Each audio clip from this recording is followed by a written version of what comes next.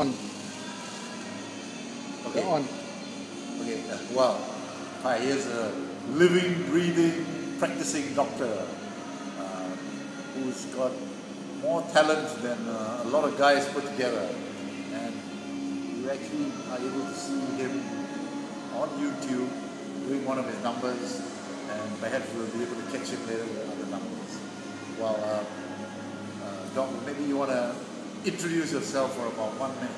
All right, I'm Dr. Yim. I'm 64 years old with 7 grandchildren. Wow, I mean that is something, right? I have 3 children, all of them are also doctors, luckily. Oh, fantastic. So now I'm lucky in the sense that I only work in the morning in my own clinic, and then my youngest son helps me out in the afternoon and nights. So I believe in keeping fit, keeping my body fit, my mind fit, and I feel what is even more important is keeping myself around people, mingling with them, and enjoying myself. Social exercise, I call it. Because I feel that there are many people now, as we age on and we don't socialize, we tend to withdraw into ourselves, and that's when depression and anxiety and a lot of unhappiness starts to get on. So socializing, keeping together, making friends is very important as we grow older. So some of my patients who are staying in HDB flats, sometimes they tell me they're upstairs alone, their children don't talk to them so much, and I always encourage them, go downstairs. There are a lot of old people who sit down in the void decks and they just chat away. And even if you're doing nothing, you spend a few hours with them, it's actually very healthy for your mind. Very therapeutic. Very, very healthy. That I can assure you, because I've seen too many cases of depression in old age. They just think of their younger days and they feel very depressed because they are no more that sort of level anymore. So, Doctor, I've seen you with your lovely wife, and it's such a great togetherness. Now, for me, I have lost one other. So how do you advise on grieving if you lose that one other that is so special, you did everything with them? What is your advice on how to get on with your life? You see, we have been together, I think, many years. Now, one day one of us must go. That is a fact of life. Although you can grieve, generally grieving should not be continued on in the months, because that will lead to depression. So mix around, find new things to do, interact with your children. You can do simple things. For women, they can sew, they can bake, they can knit, they can look after their grandchildren. Men, I suppose, not so much.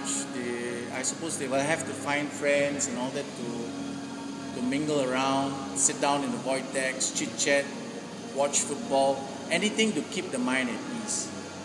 I've got 2 examples of 2 close friends of mine. One, the husband has died, and the other, the wife has died. One, the husband has died. She has managed very, very well. She has learned to bake, she looks after her grandchildren. She's even taken up part-time housing agent job, and she's always active. Whereas the other one, unfortunately, seems to always think and dwell on the wife's passing away, so much so that every New Year when they used to celebrate together, he starts to cry, and it's already been some years. Although he's not in the level that we call depression, he seems not to have managed to get on. I have one more question before I hand you over to Bernard. What makes you tick, Doctor? I think I realized that at my age, one must move around and keep active, because I've seen so many cases when you are aged, once you just, something happens to you, let's say you suddenly fracture a hip, the body goes down very fast.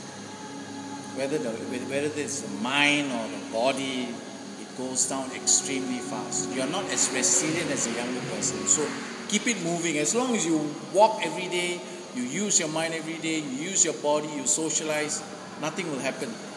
But the day you stop, then a lot of things starts to That's happen. wonderful. All yourself. Well, there seems to be a lack of sufficient primary care physicians in this area of geriatrics and elderly care and everything. But not that we're talking about people who are very much older. But, really, I think for yourself, when did you start taking an interest in Singing. yeah, singing and encouraging people of the silver age to actually do things, stay active and so on and so forth? Was it because you yourself arrived at that age, or did you take an interest before? For singing is a very funny story. You see, about 5 years ago, somebody my age, my close friend, had a doctor who is a dental surgeon marrying another doctor from Hong Kong, and he asked me to do something for him.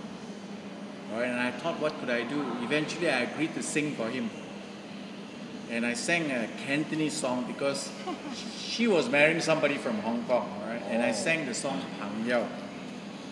At that time, I knew very little about singing, so everything I sang was just rote learning, meaning just memorizing and singing. Key was memorized, the timing was memorized. It went down quite well, happily. And so after that, I took an interest. And then as I took an interest, I used to move around, and I got to know a lot of new friends. You know, some of them are musicians, some of them are fellow people who just love to sing. And gradually, I've actually fraternized a lot with them. So it's like a hobby to me nowadays.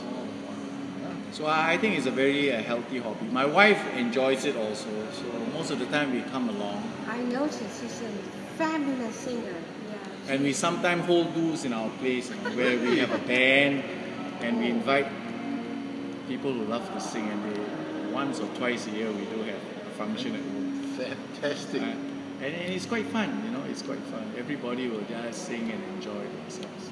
Well, thank you for your sharing. Yeah. And it's great to meet you and hear you sing today. Yeah? I always believed in Silver Tsunami now that I found out what it is. I'm very passionate about it. I think it is an excellent idea, you know, to have a website where not only where we can look for tips on how to occupy ourselves, but hopefully you all will grow into an even bigger organization where you will learn to get us to meet, you know, and share and maybe help one another. Oh, yeah. You know, I think that's very good. So I hope you all will grow and grow and grow. Thank you very much. so Thank you. much. We Thank hope you. so too. Thank you. Thank you. Lots of